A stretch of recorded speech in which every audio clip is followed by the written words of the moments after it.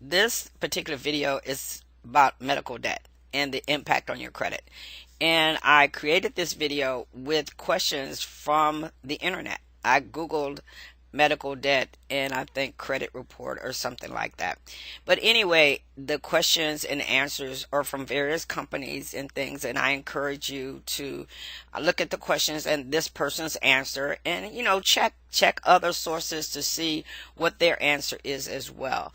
But I think the questions are interesting, and you may already know the answer to some, but it's just such a discouraging thing. It's like student loan debt. It can be so frustrating because you can find some very unscrupulous organizations, and then you have the coding errors that go into the billing that add to the situation. So I hope some of the questions are helpful and the answers as well.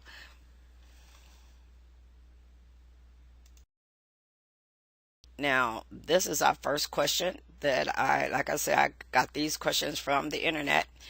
And you know how it is when you go on Google and you type in a search and you get an answer. And that's what happened. And I searched on new credit reporting for medical debt. That's what I was looking for. There are some new laws out there in regards to medical debt. And the first question is the one you see on the screen. Now, this is the one that came up first, and it is from NerdWallet. And I've got the URL so you can find the question on their website, or you can go and check it out for more information, because I'm sure the article was much longer. But anyway, that's kind of overview, and we're going to get into the questions now. And this one is, in most cases, credit bureaus get word about your medical debt only if it goes unpaid. As of September 15, 2017, this was the thing that was brought about with the credit bureaus because of Mr. Schneiderman, the Attorney General of New York, and his staff. They did all that great work, and so now those new rules and regulations are coming into effect this year. The final ones have taken effect this year, and one of those was the 180-day waiting period before unpaid medical debt can show up on a person's credit report. Eventually, your medical provider may turn over an unpaid debt to a collection agency. So that's an answer that a lot of people want to know about. How does medical debt end up on your credit report? When I did the search, you know how Google does, and it'll come back and it said people also ask.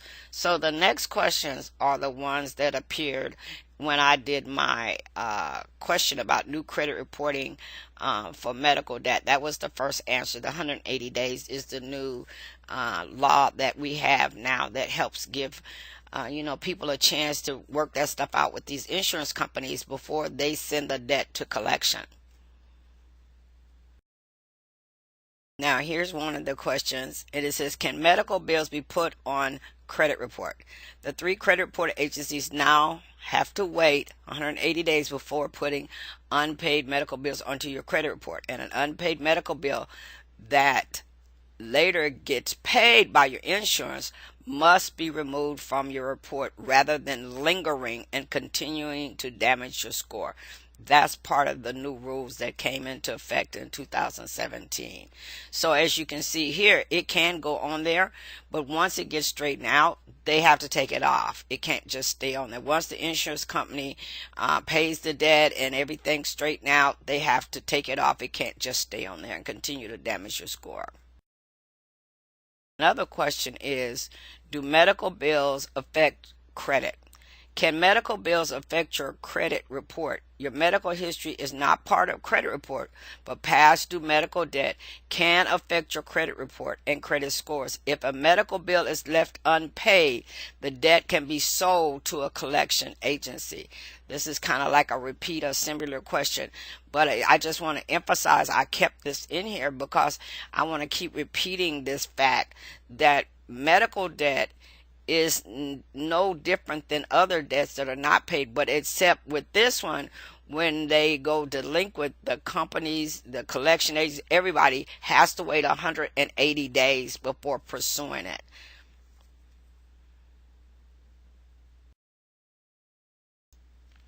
Now, this is something we all want to do, is to remove medical bills from my credit report. Medical bills are like any other unpaid debt. Once it gets to your credit report, you still have to follow the same procedure as any other debt. You need to do the debt validation to find out if the debt is correct. And as number one, it says gather your information, check for mistakes, ask for proof of the debt. That's your debt validation. File a dispute with the credit bureaus to remove inaccurate information. That's once you get all of those letters and everything back and you find out that some of them have been paid and some of them have not. So then you determine the age and accuracy, accurate medical collection accounts. So you want to make sure that they are actually real. That's why you do that debt validation thing. And then this company goes on to say you need to decide whether and how to pay.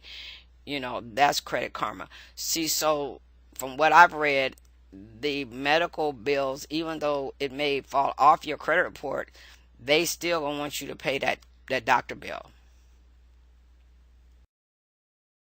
Another similar question about can you get medical bills off your credit report?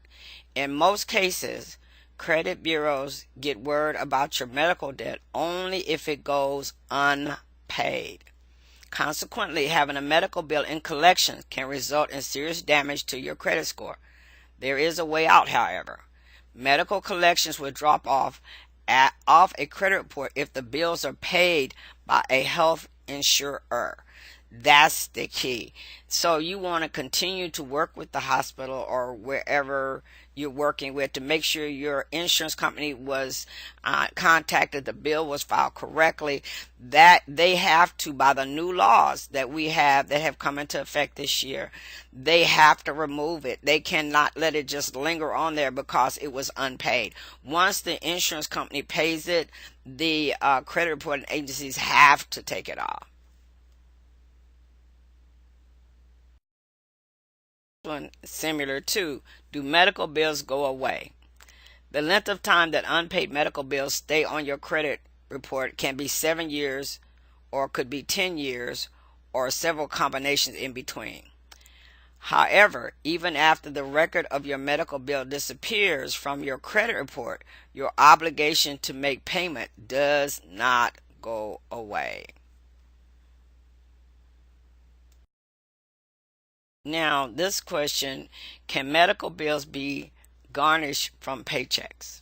For most types of debt, such as credit cards and medical bills, creditors must first sue you, obtain a judgment, and get a court order before they can start garnishing your wages.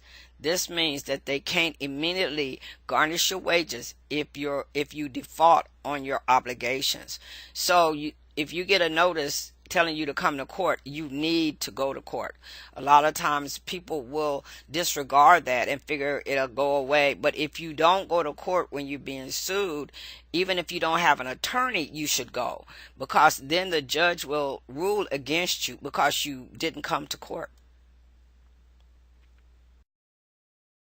Now, this one is about your FICO score. Do medical bills affect your FICO score? This means that even though the medical debt may appear on your credit report, it won't affect your overall FICO score quite as much as it may have in the past. That's because of the new laws. Current and previous versions of FICO credit score treat collections the same way, whether medical, non-medical, paid, or unpaid. So that's why you have the new algorithm with FICO to handle the medical debt. So it calculates it a little differently now.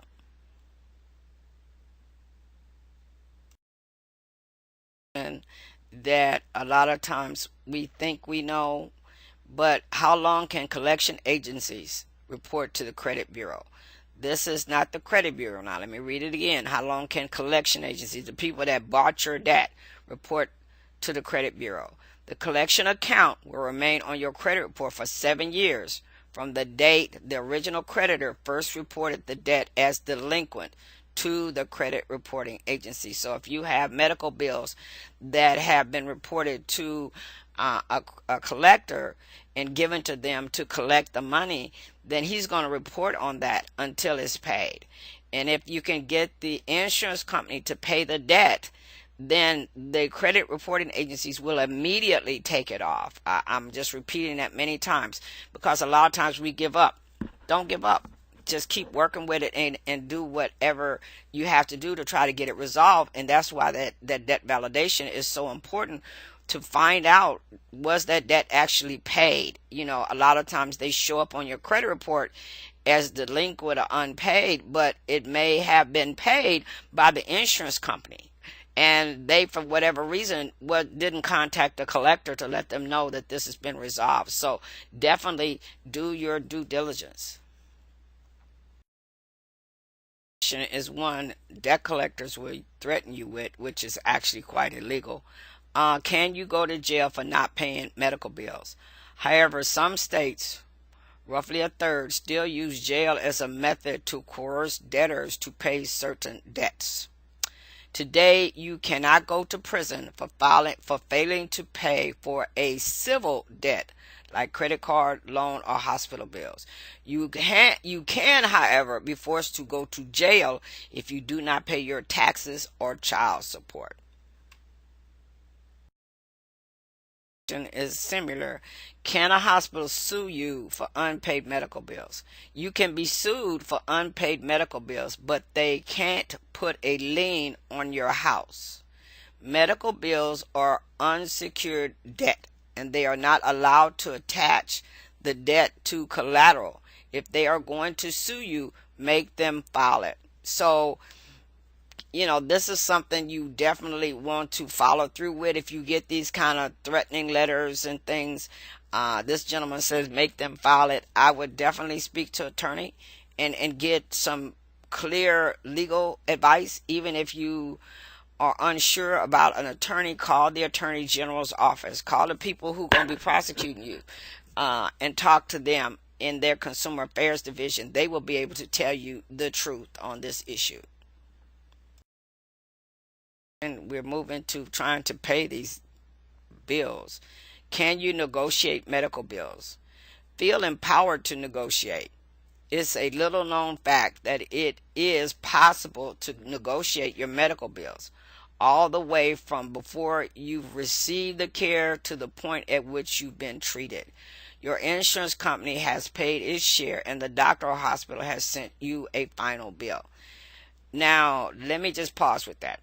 They were trying to get a law passed in California that would make this practice of these hidden debts, shocker bills you get from the hospital when you go for service, but it didn't make it.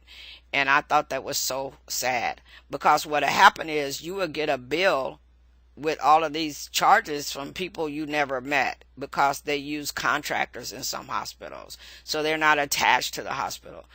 I will not go to the doctor unless I call the insurance company to make sure the place I'm going is under their plan, and I'm going to call the place, the hospital or the clinic, to find out. And basically I have them pre-register me. Call my insurance company, find out what you're getting ready to do to me is covered. Because I don't want that. I had that happen to me once when I went to an emergency room, and then I get a bill from a doctor who I didn't even see. So it was like $200 or $300, and my insurance company didn't pay it. I had to pay it.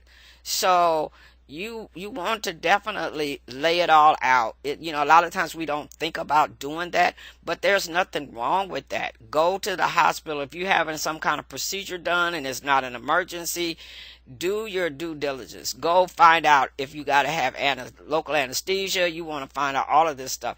You want to find out what the cost for it is, and I would make them give me a proposed bill, and I've done that, because I don't want any hidden fees or all of this other stuff, because the medical billing industry is not easy to do with all them different codes and things. So I like to have an idea on the staffing. Are these people contract? Will they be charging me? Will I be getting a second or third or fourth bill for whatever service they provide? These are things that we should start doing to try to help protect ourselves from some of these crazy bills we get. Now, this one is really good. How do you negotiate a medical bill? And this lifetime.com money section, they had very interesting points. They said, learn to spot common medical billing errors. Go into a procedure knowledgeable of fees. Do your research. Ask questions. Ask if you're qualified for discounts. Familiarize yourself with healthcare mumbo jumbo, all that jargon and stuff they use in the hospital in regards to your procedure.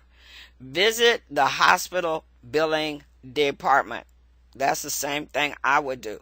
Before you go get the procedure done, go and spend some time in the billing department. Find out what it actually costs. Be polite, but not a pushover. I like that. Call an expert for help. If you need to, there are organizations and companies that will help you have a clear understanding of what you're facing.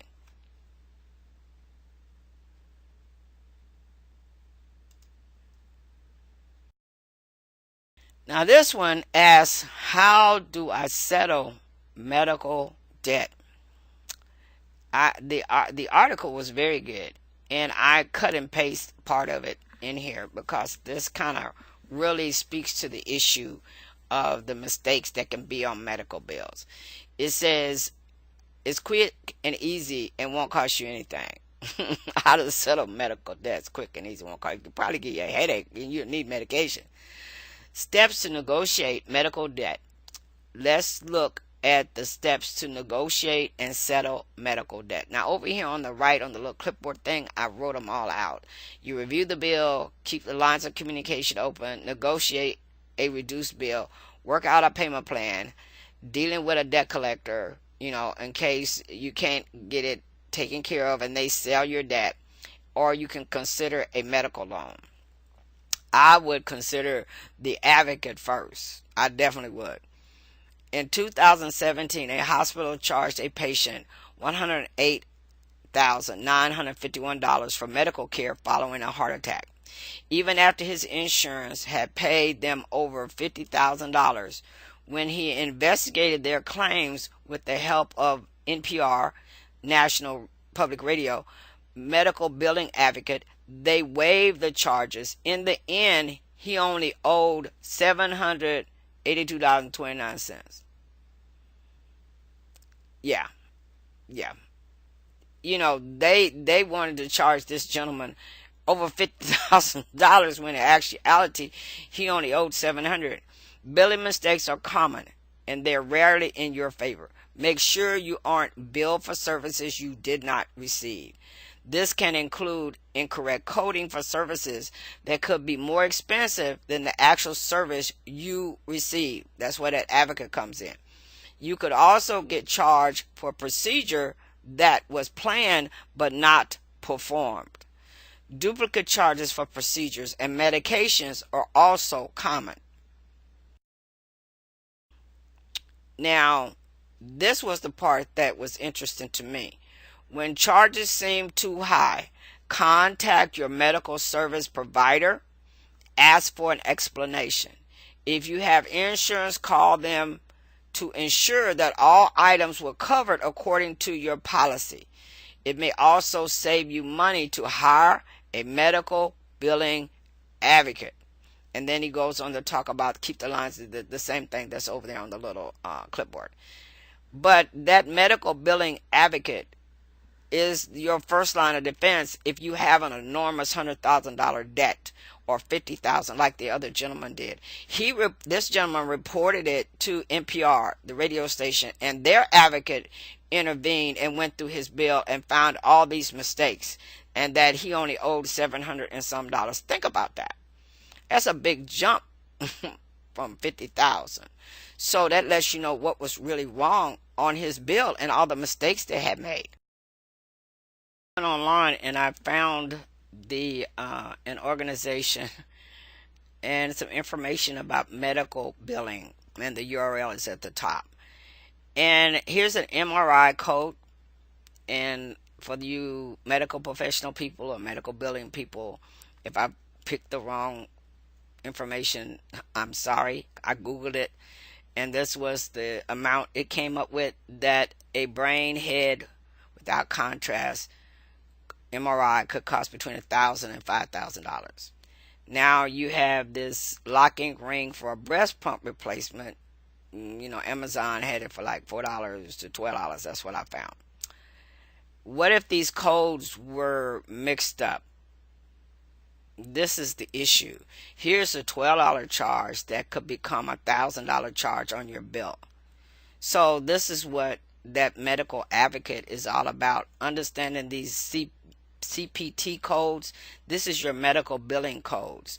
These are the codes that they put on your bill when they send it to your insurance company. They don't put words in there. So the codes have to match for the procedure. And that's how they bill you and they bill the insurance company. So that's why that advocate is so important. Now this question is very good. What is a medical billing advocate? Medical bill advocates are professionals who understand the complexity of medical billing.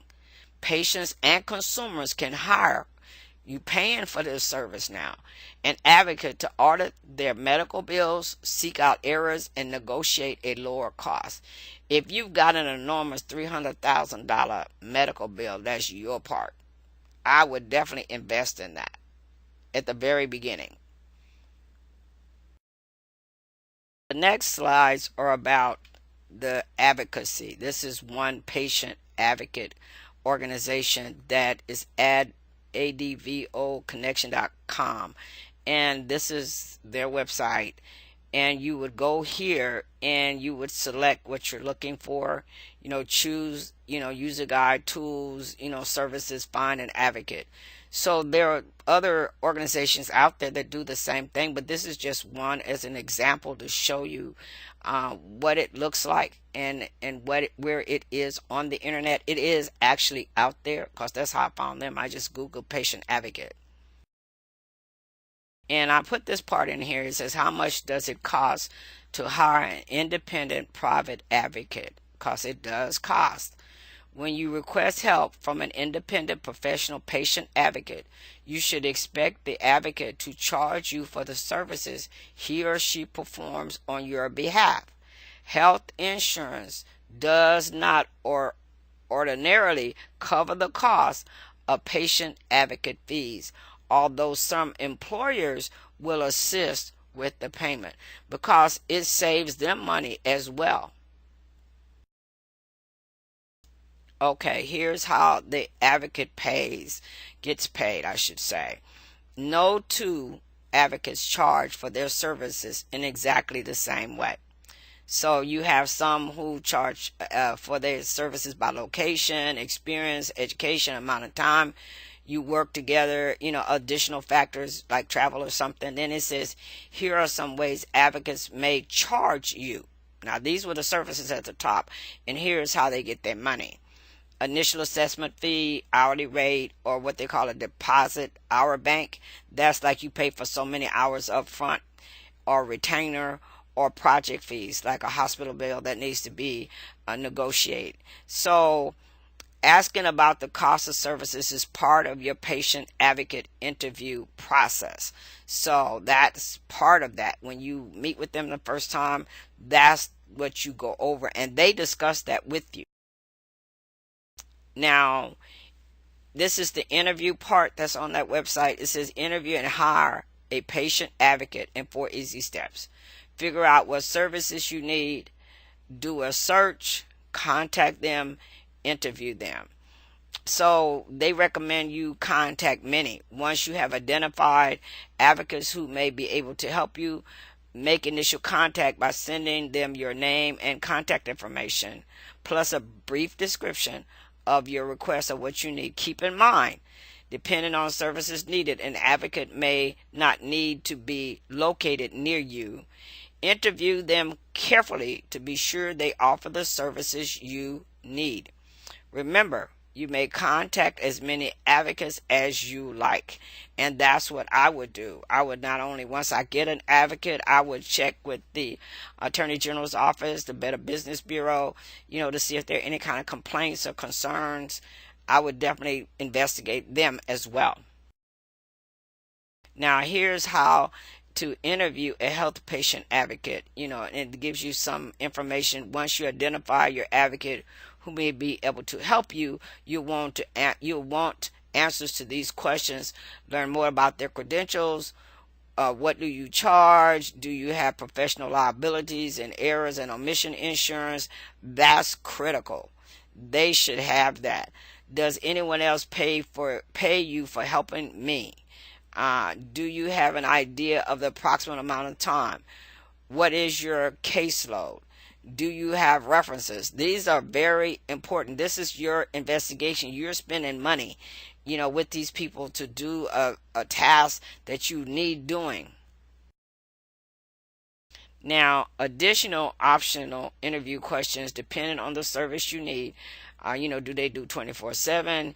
Is your location in proximity to the patient? Do you provide reports or on services you provide in my absence? So I like this little box. I put this on here. If the advocate's answers are satisfactory, ask them to put their information and answers to your questions in writing. Feel free to contact more than one advocate or organization during your search to compare their capabilities and pricing. So you're interviewing these folks because what they're going to be doing is trying to save you an enormous debt. If you're looking for this kind of person, this is like an attorney. Somebody's going to court in your behalf. So you want to do your due diligence. How do you pay off medical bills? I like this question from Credit Karma. Check out these 4 tips for negotiating. Aim for a win-win. Hospital doctors generally take a loss when they set debts to collecting agencies. Toss out a number, for example. Try asking if you can pay $2,000 right now to make your $4,000 bill go away. Ask about charity programs. Challenge unfair billing. See, that all goes back to that debt validation concept. Even though it's a letter to verify the information for a collector, the same thing with that bill. You may have to sit down and really go through it line by line. HIPAA will help you get a copy of all of that. The HIPAA law will force them to give you all detailed information about what you have in regards to your health. So take that bill, compare it with what was paid by the hospital. Look for a Band-Aid that costs you $25. All kind of stuff like that, or things that say miscellaneous. What is miscellaneous? And it could be $5,000 miscellaneous. What miscellaneous? These are the things that you challenge. These are the things that you really get involved with.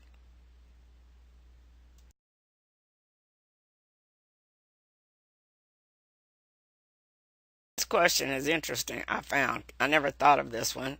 Can interest be charged on medical bills? Interest rate that is charged on medical debt varies from state to state. Most states have limits on the amount of interest that can be charged on consumer debt, but unscrupulous collectors may try to charge more.